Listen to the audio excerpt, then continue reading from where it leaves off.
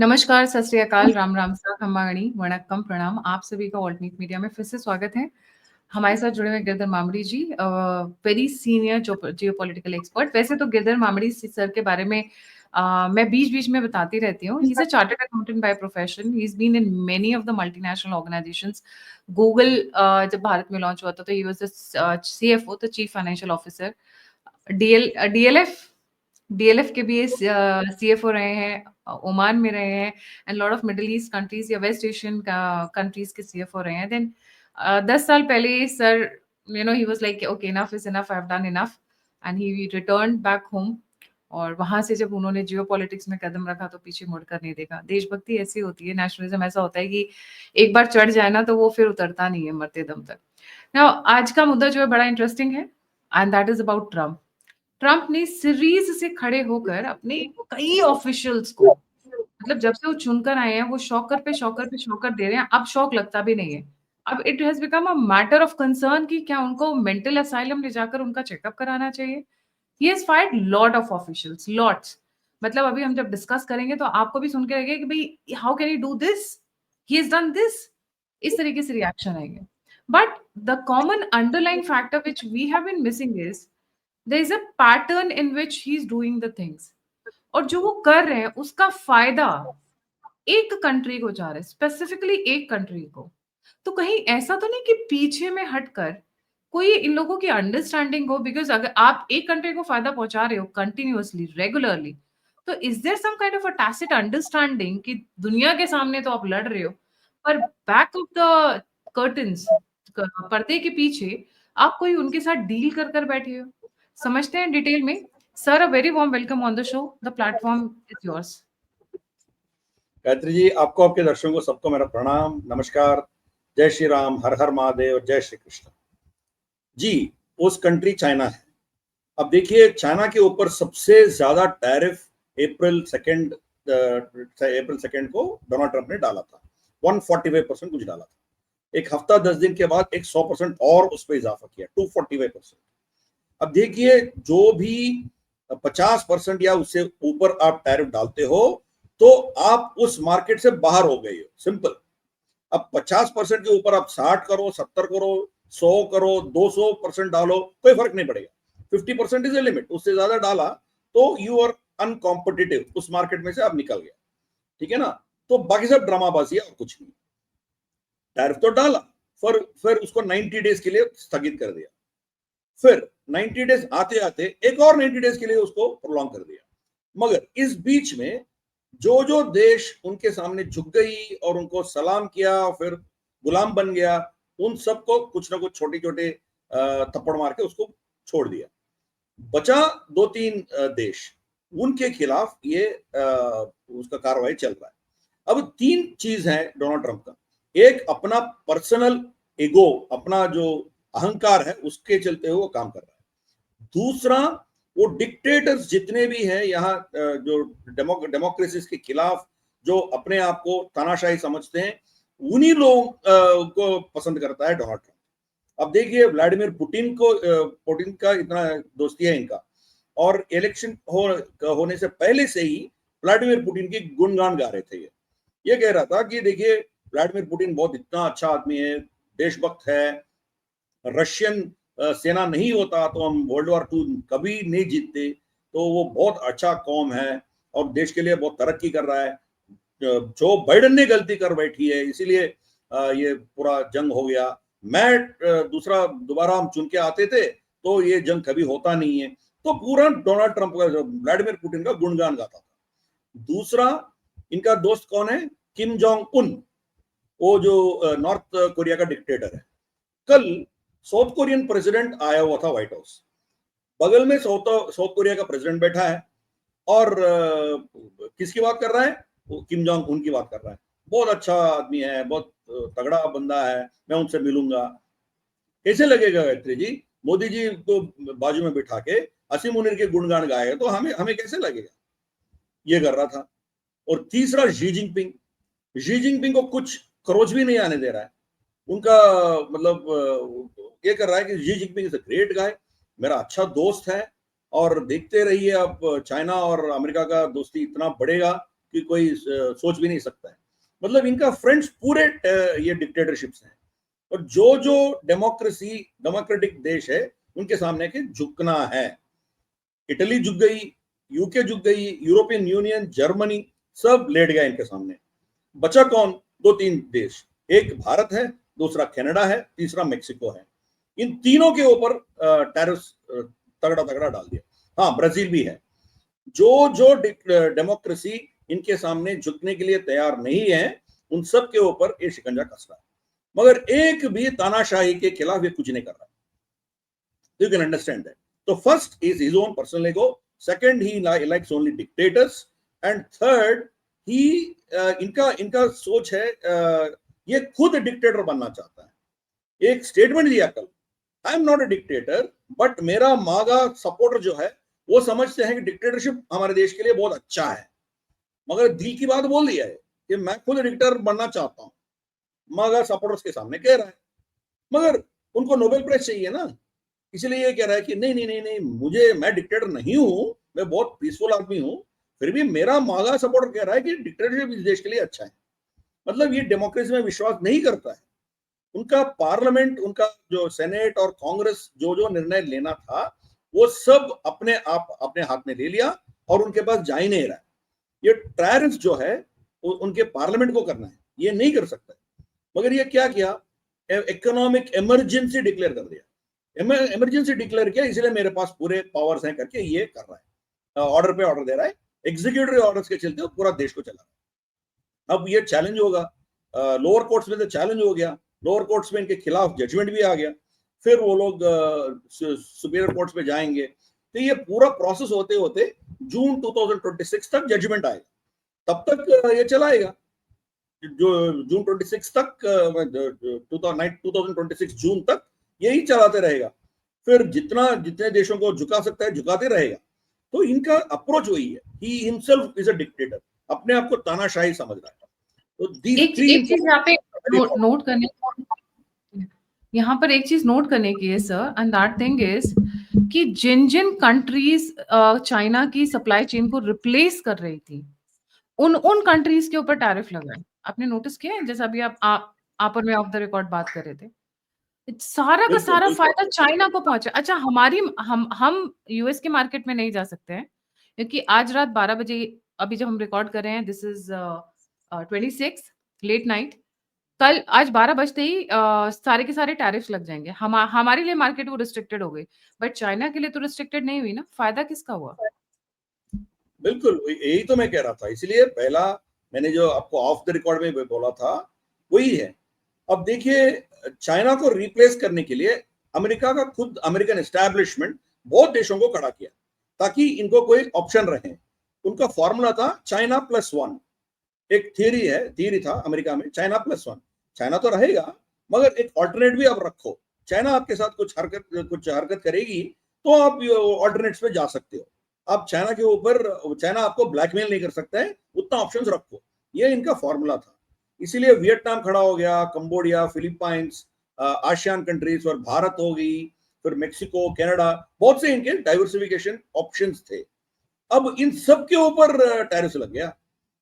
तो अब देखिए, वियतनाम के ऊपर 40% लग गया, फिर इंडोनेशिया के ऊपर 30% लग गया, बांग्लादेश के ऊपर 30% लग गया, पाकिस्तान के ऊपर 29% लग गया, और जो चाइना के ऊपर जो भी टैरिफ थे वो 90 दिन के लिए स्थगित कर दिया। मतलब अब चाइना में जो प्रोड्यूस होता है इन सब देशों से चीप है। भारत का तो 50% ऐसे ही लगा रहा है।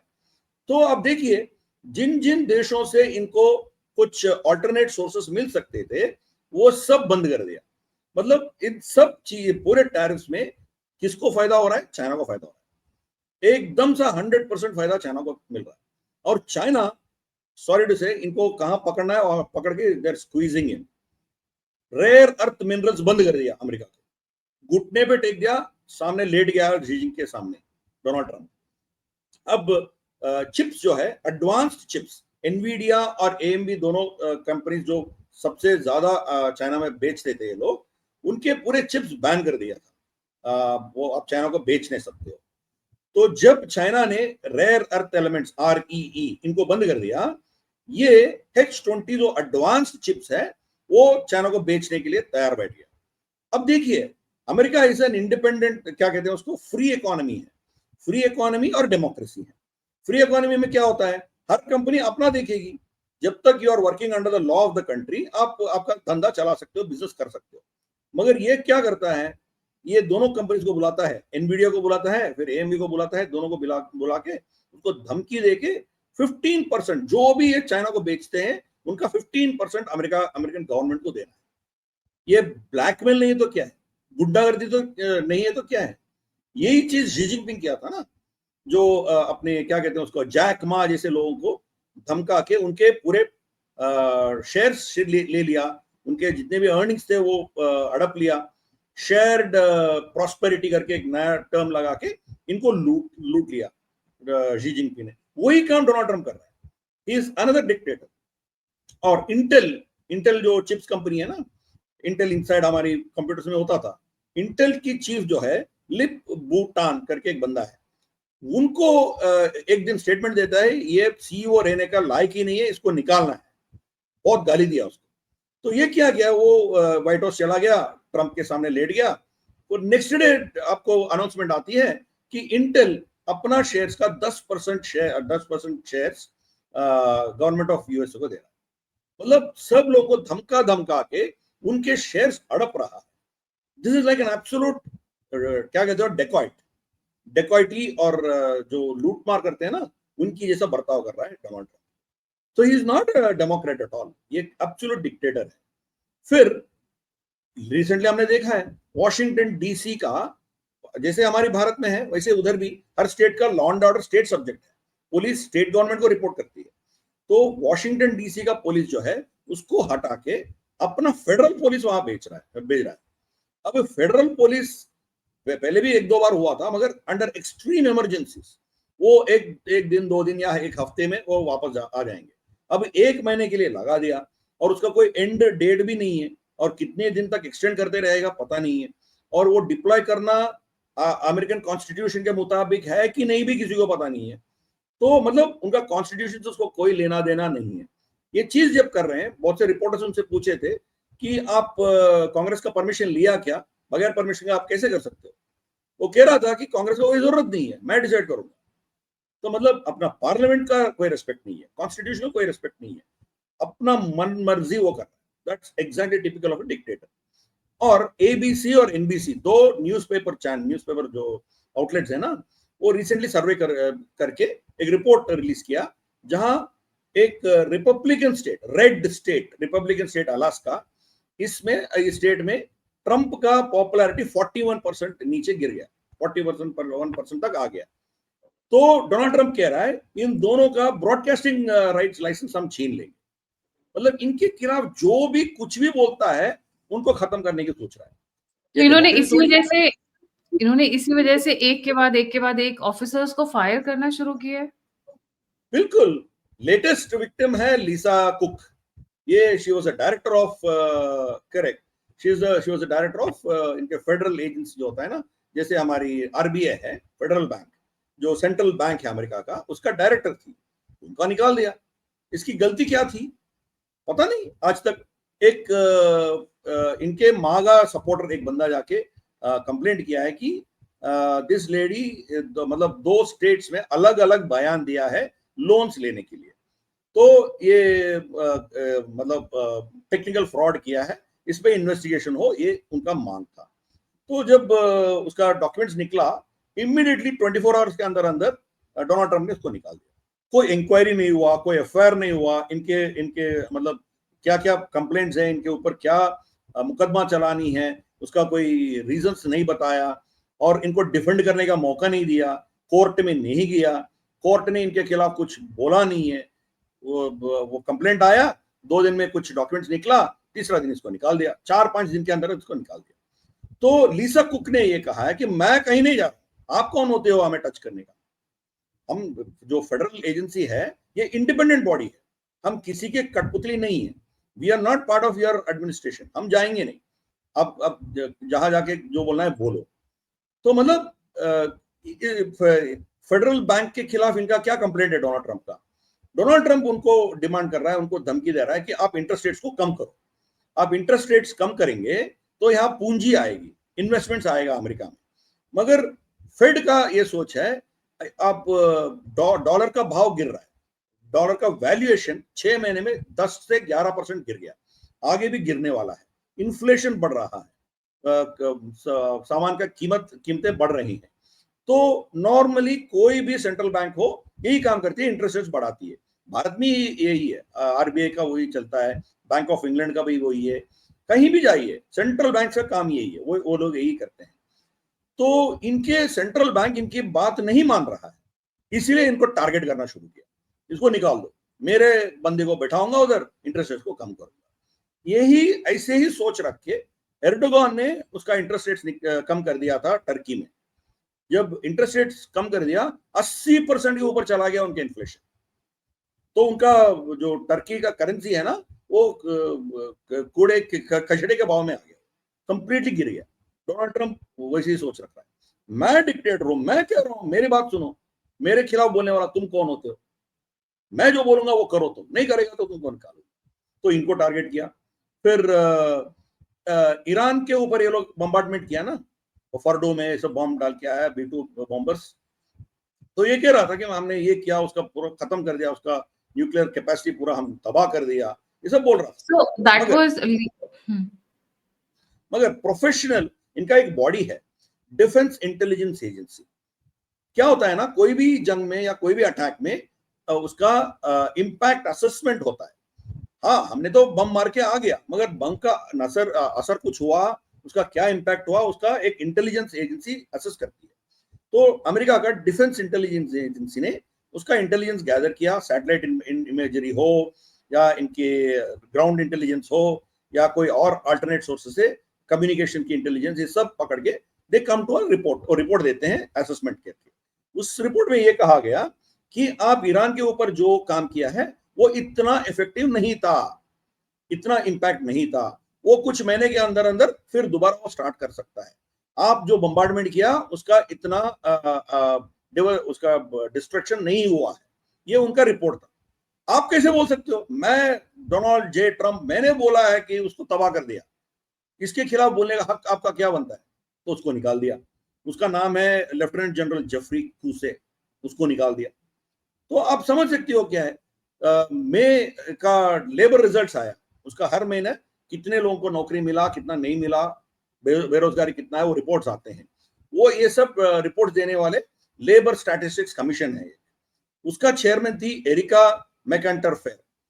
तो नॉर्मल है, एक महीने में, correct, this is the lady who is Erica McEntarfer, correct. तो ये नॉर्मली ऐसा होता है कि इस महीने का हम स्टैटिस्टिक्स रिलीज करते हैं। ऐसा नहीं है कि हमारे पास पूरे देश का, पूरे जितने भी कंपनीज है उसका पूरा डेटा रिपोर्ट रिलीज करने से पहले आ जाए, ऐसा नहीं होता है। धीरे धीरे आता है, एक महीने लेट होता है, 15-20 दिन, या कोई कभी कभी 2 महीने भी लेट होता है। तो क्या करते हैं, फिर दोबारा उसको थोड़ा मॉडिफाई करके दोबारा रिलीज करते हैं। तो जुलाई में मई का रिपोर्ट ये रिलीज किया और ये कहा है कि उसमें 2,30,000 से ज्यादा इनके एक्चुअली नौकरियां कम हो गई है।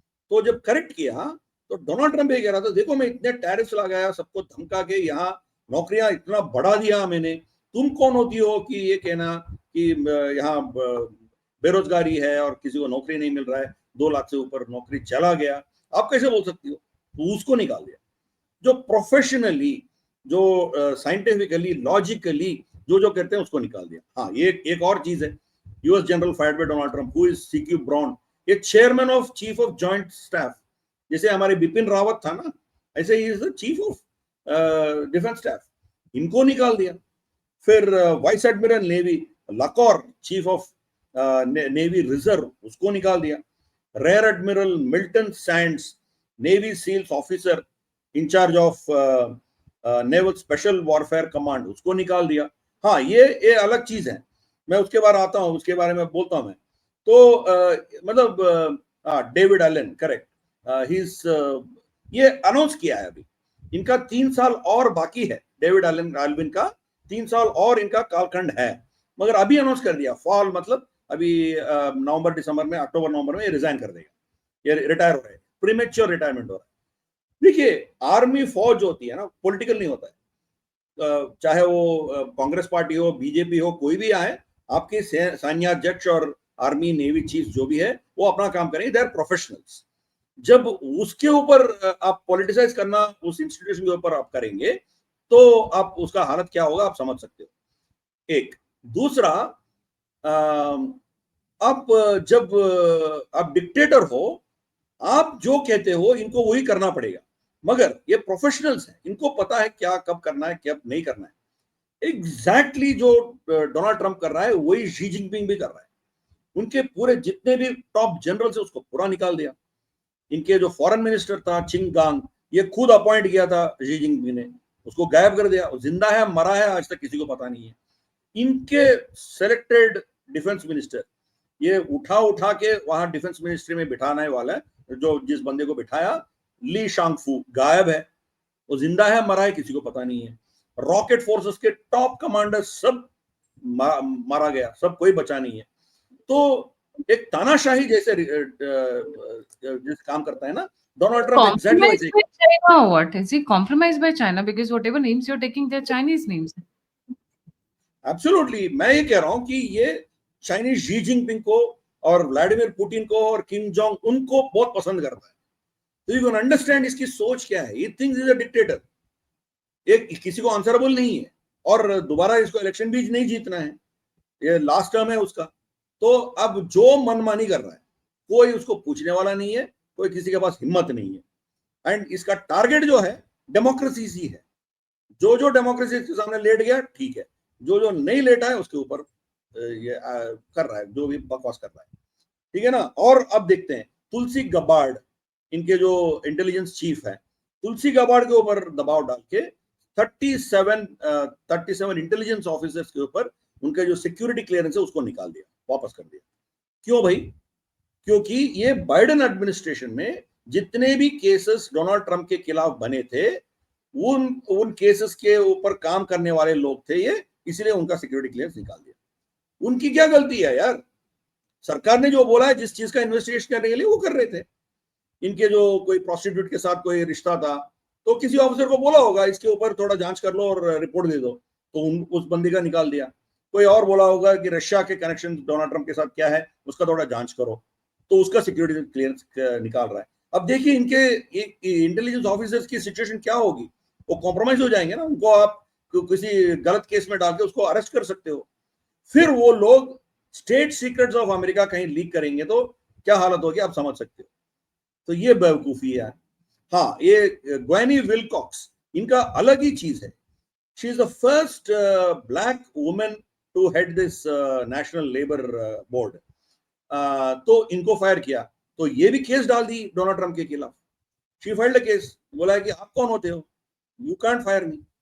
तो इसे कितने लोगों को निकाला, कितने लोगों को लिखा। मैं ये मानता हूं कि कुछ पॉलिटिकल अपॉइंटमेंट होते हैं, पॉलिटिकल अपॉइंटमेंट को निकाल दिया, कोई दिक्कत नहीं है।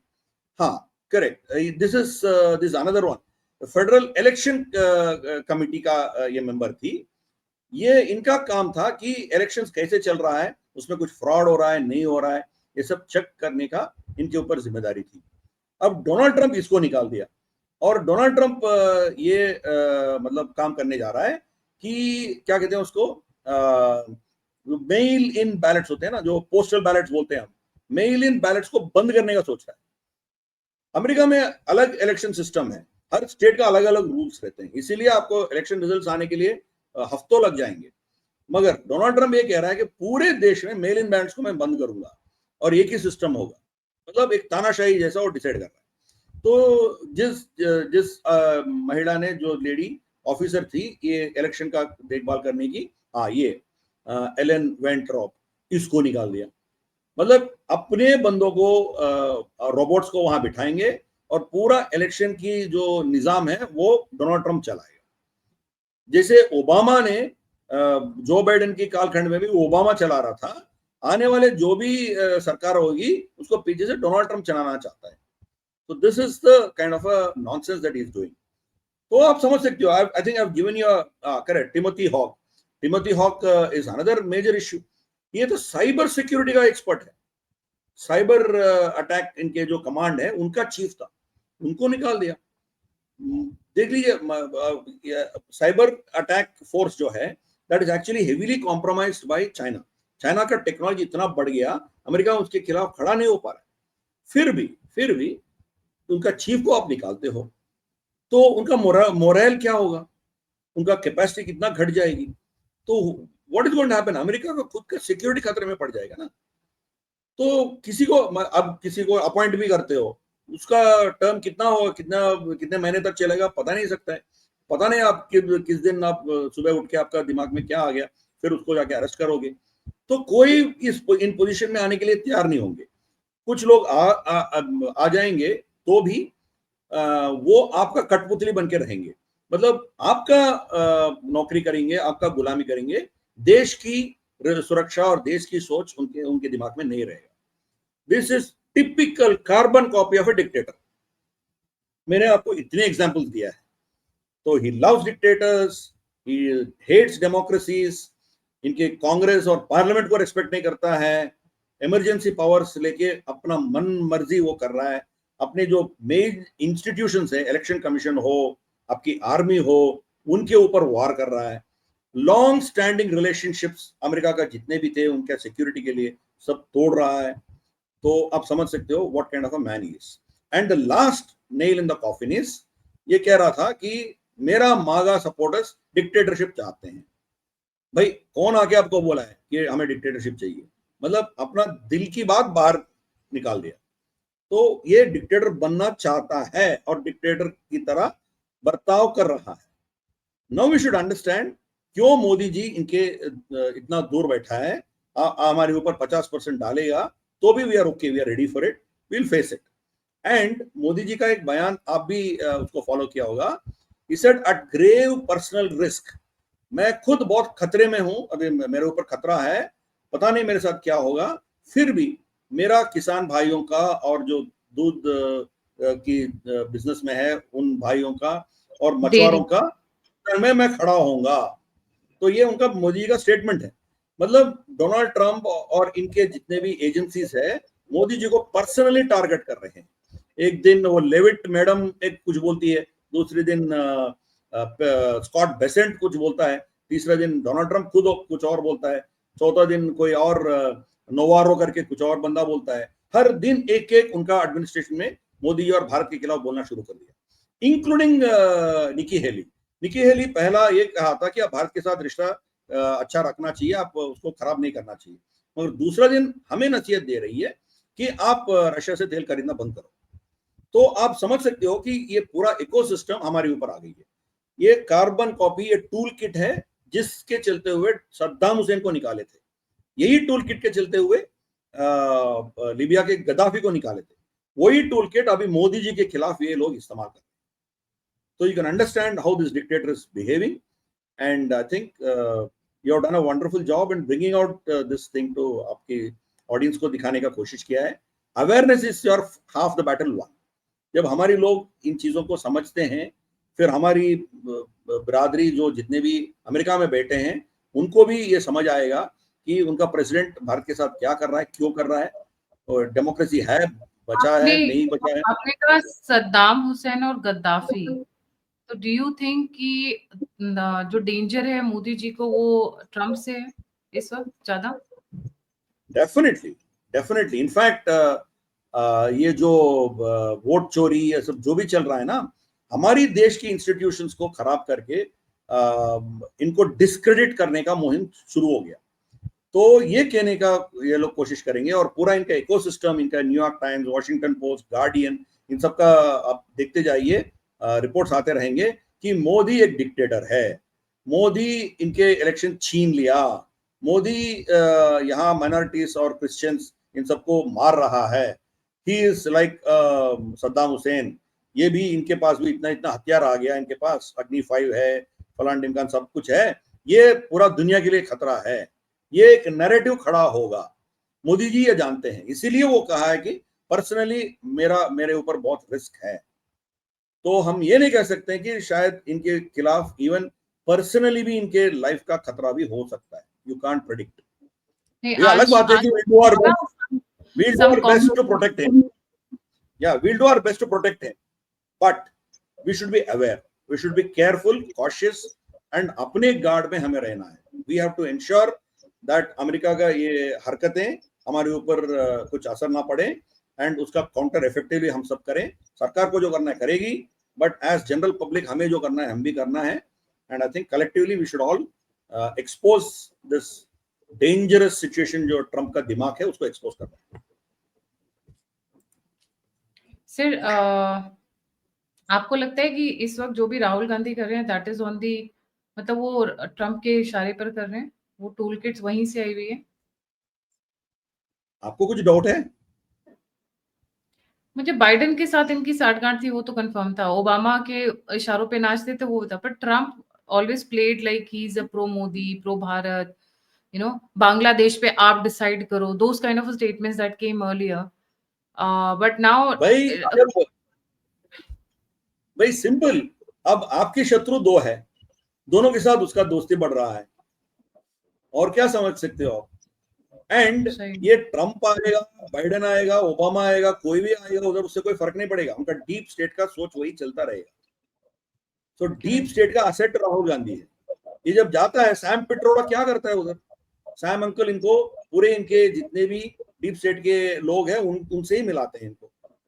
सुनीता कृष्णमूर्ति है, सुनीता विश्वनाथन, क्या नाम है उसका पता नहीं, भूल गया, वो she is part of that George Soros का सेटअप है। तो वो इनका पूरा अरेंज करती है, टूल किट देते हैं इनको क्या करना है। पिछले टर्म में इनका मतलब 5-6 महीने का पहले इनका सोच था, और इलेक्शन से पहले इनका सोच था ओबीसी कार्ड पकड़ो, हर चीज में ओबीसी ढूंढना शुरू किया। इवन मिस वर्ल्ड में भी आपको ओबीसी चाहिए, क्रिकेट में वो ओबीसी चाहिए, मतलब सुधांशु बस शुक्ला डॉक्टर गया ना, ओबीसी नहीं चाहिए जो इनकी माँ का इलाज करती हो, डॉक्टर ओबीसी नहीं चाहिए जो इनका इलाज करते हो, थोड़ा मेंटल इलाज हो जाता।